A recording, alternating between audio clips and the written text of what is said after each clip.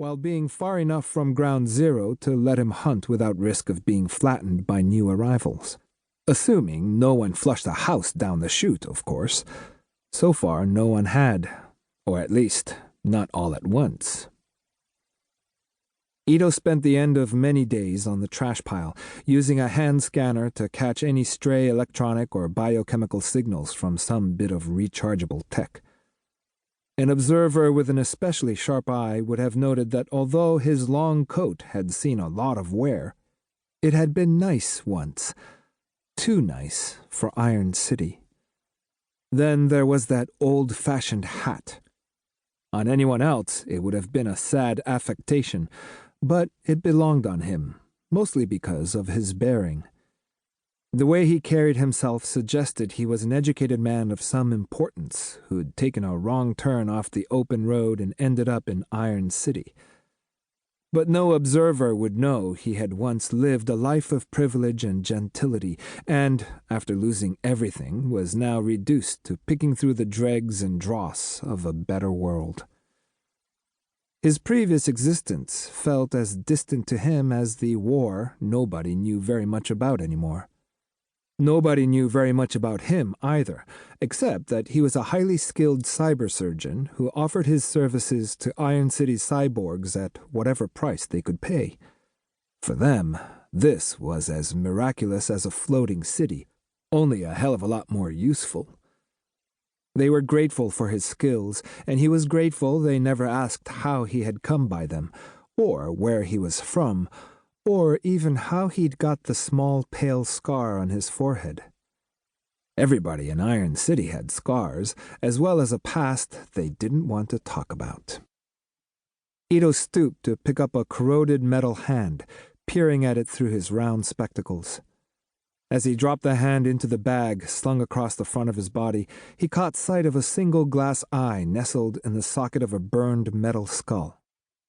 The eye was perfect, without even a small crack.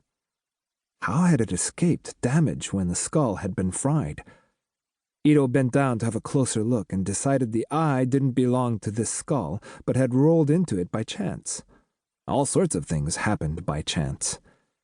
If he hadn't come along at the right moment, both the eye and skull might have sunk back down into Zalim's broken, unwanted crap, never to resurface. Or some nearby movement might have caused the eye to roll out of the skull as accidentally as it had rolled in, and, unnoticed, would be mashed underfoot by an endless parade of scavengers.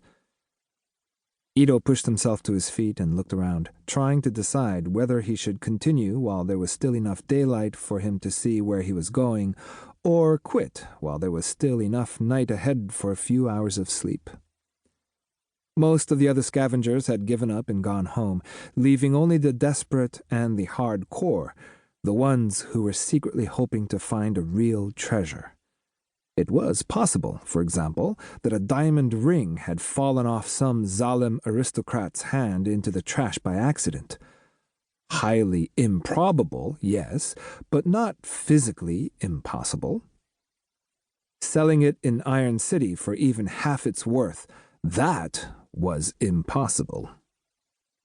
Ito permitted himself a small chuckle and turned his thoughts back to the question of where to go next. Zalim had dumped a load about 15 minutes ago.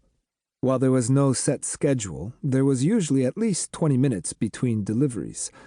Usually, however, didn't mean always. He was trying to decide whether to tempt fate in 10-minute increments, scavenge for 5 minutes, then stand back for another 5. Normally, he didn't take chances.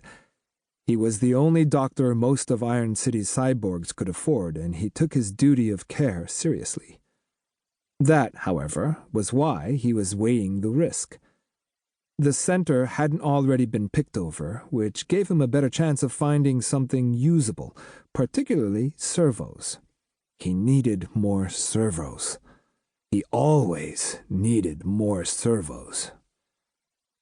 He was still deliberating when 2 things happened at once. His gaze fell on something half buried in the slope about 3 meters ahead of him, and he felt the scanner in his hand pulse ever so slightly. For a moment, he didn't dare move.